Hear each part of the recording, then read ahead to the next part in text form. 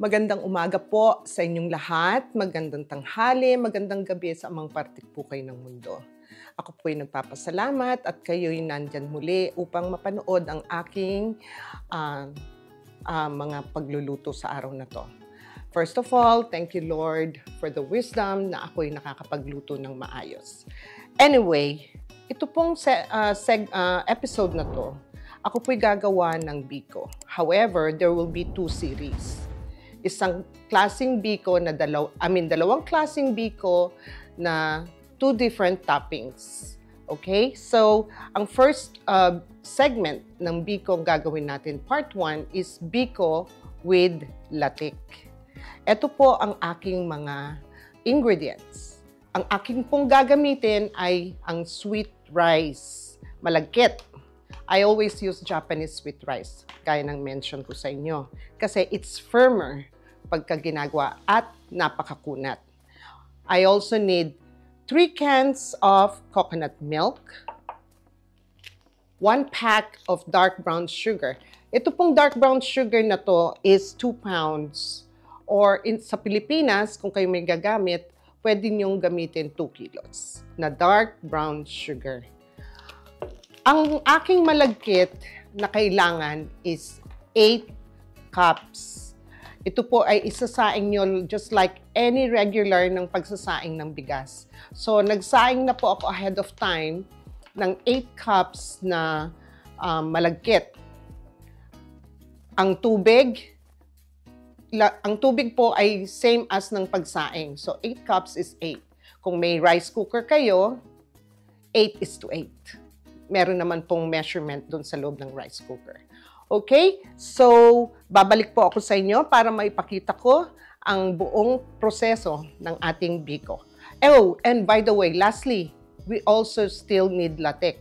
Yun ang magiging topping natin. Just the regular latik. And you all have seen those latik. Okay? So, I'll be back po. Go. Ayan. So, nakapagsaing na po tayo. Ito yung ating pan. So, ilalagay muna natin yung 3 can ng coconut milk.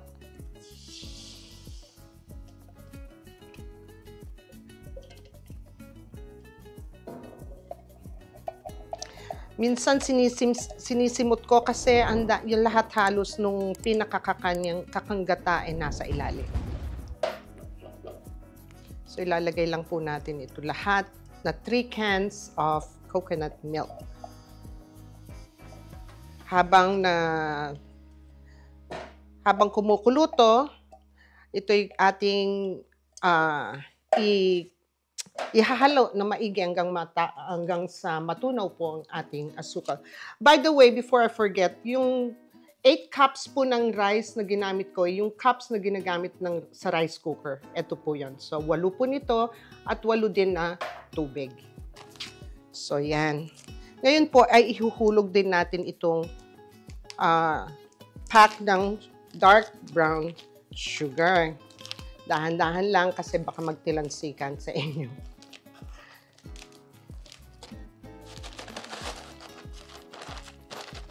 Yan. Huwag kayong mag-alala, hindi po matamis ito. Tamang-tama lang ang ating sweetness ng ating biko. Make sure lang you use the dark brown sugar. Ngayon ating itong ihahalo at hintayin po natin itong hanggang sa kumulo. Once kumulo at natunaw lahat ng asukal, ay pwede na po nating ilagay ang ating sinaing na malagkit. I'll be back po pagka ilalagay ko na ang sinaing na malagkit. So, ayan, kung makikita po ninyo ay nagbo-boil na po ang ating minatamis na gata ng asukal and the coconut milk. So, now that's boiling and properly dissolved na po yung ating sugar, ilalagay na po natin yung ating sinaing na malagkit. As you can see, ito po yung ating sinaing na malagkit. So, now ilalagay po natin unti-unti ang ating malagkit. Dahan-dahan lang po kayo kasi medyo may kainitan. Dahil bagong sinaing po ang ating malagkit. Ito'y unti-unti ko lang nilalagay hanggang sa malagay po natin to ng lahat. Gumagamit po ako ng whisk kasi para madali silang ipaghiwa-hiwalay. Huwag po kayong mag-alala kung ito'y nakikita nyong matubig, mawawala po lahat siyan in a while.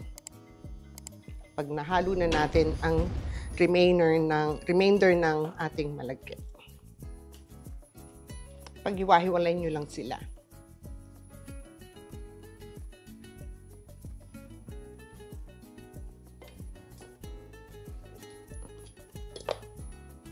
Kaya mag-alala, hindi po mag-overflow to.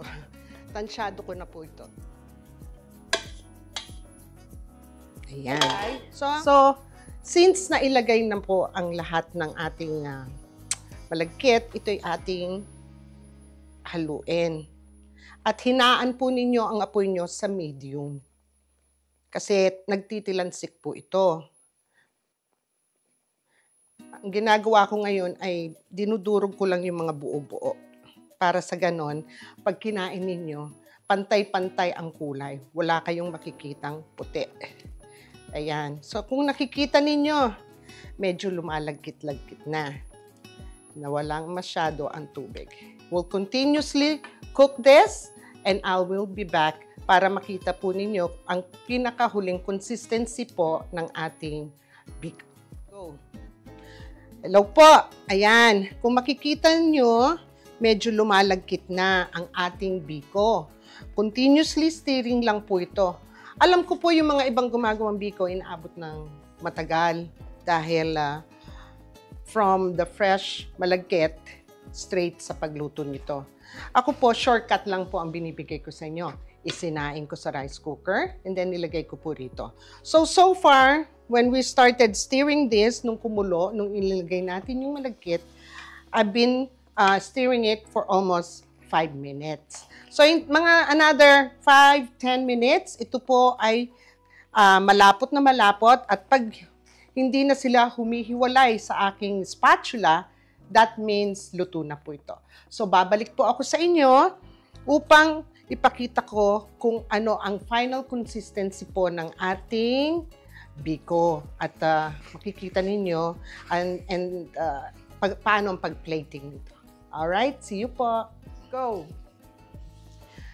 Ayan po, kung makikita ninyo, itong ating biko ay halos tapos na. Hindi naman kailangan na dikit dahil pag lumamig po ito ay lalo pang maninikit.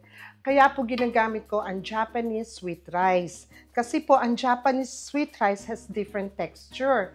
Pero don't get me wrong, pwede pa rin yung malagkit sa Pinas. Yun nga lang, mas may kahabaan ang paghalo.